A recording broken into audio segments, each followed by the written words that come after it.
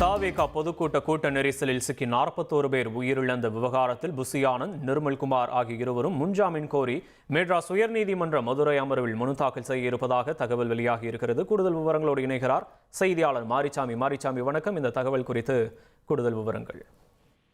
உடைக்க முடியாத துயர சம்பவம் கரூரில் நடைபெற்றிருக்கிறது. இந்த கரூர் துயர சம்பவம் தொடர்பாக தமிழக வெற்றி கழகத்தின் நிர்வாகிகள் பொதுச் செயலாளர் புசி ஆனந்த் மற்றும் நிர்மல்குமார் ஆகியோர் முன்ஜாமீன் கோரி மெட்ராஸ் உயர்நீதிமன்ற மதுரை அமர்வில் மனு தாக்கல் செய்ய இருப்பதாக தகவல்கள் தெரிவிக்கின்றன. மனு தாக்கல் செய்ய உள்ளனர் எனவும் தெரிகிறது.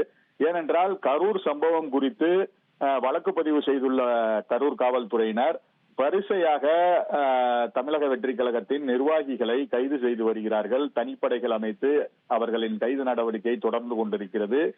இந்த நிலையில், அதாவது இந்த விஷயமாக தாவேகாவின் முக்கிய நிர்வாகிகள் பொதுச் செயலாளர் புசி ஆனந்த் மற்றும் நிர்மல்குமார் ஆகியோர் கைது செய்யப்படலாம் என்ற அடிப்படையில் அவர்கள் முன்ஜாமீன் கேட்டு மெட்ராஸ் உயர் நீதிமன்ற மதுரை அமர்வில் இன்று மனு அளிக்க இருக்கிறார்கள்.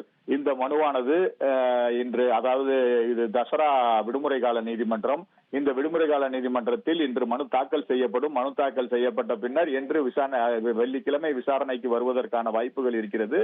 ஆனால் அது வாய்ப்பு மட்டுமே. வெள்ளிக்கிழமை இந்த வழக்கு அவசர வழக்காக எடுக்கலாம் என பதிவுத்துறை நினைத்தால் அந்த வழக்கு விசாரணைக்கு வரும். இல்லாவிட்டால் மனு தாக்கல் செய்வதோடு இருக்கும். ஆகவே முன்ஜாமீன் கோரி இன்று மனு தாக்கல் செய்ய இருக்கிறார்கள் புசி ஆனந்த் மற்றும் நிர்மல்குமார் ஆகியோர் பெயரில்.